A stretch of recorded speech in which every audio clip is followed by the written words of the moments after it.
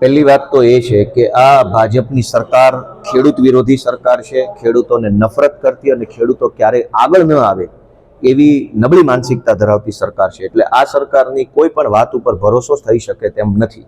બીજી વાત કે જુનાગઢ જિલ્લામાં અને અનેક વિસ્તારોની અંદર 5-5 લાખ રૂપિયા ધિરાણ ચૂંટણીના કારણે આપી દેવામાં આવ્યું હતું.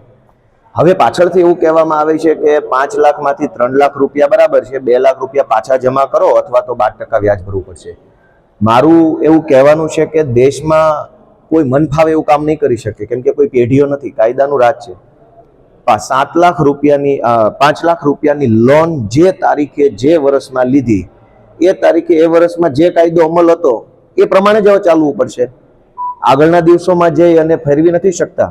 પાછલી અસરથી કોઈ કામ થઈ શકતું નથી. કાયદા પ્રમાણે જો પાછલી અસરથી કામ કરવું હોય તો સરકારે અને સંસદમાં ઠરાવ પસાર કરવો પડે. અત્યારે કોઓપરેટિવ બેંકો જે ખેડૂતોને ધમકાવે છે, દબાવે છે, કાયદા પ્રમાણે ખોટું છે. 5 લાખ રૂપિયા જે તારીખે જે વર્ષમાં લીધા ત્યારે દેશમાં વ્યાજનો જે કાયદો અમલમાં હતો એટલું જ વ્યાજ લાગવું જોઈએ. હવે લોન લઈ લીધા પછી પાછળથી તમે નિયમો બદલી નથી શકતા. એટલે આ બાબતે હું સરકારમાં ધ્યાન દોરીશ, મુખ્યમંત્રીની રજૂઆત કરીશ, કૃષિ મંત્રીને કહીશ કે આ બધું જે છે ખોટું છે, ખેડૂતોને આવી રીતે આપણે હેરાન ન કરવા જોઈએ.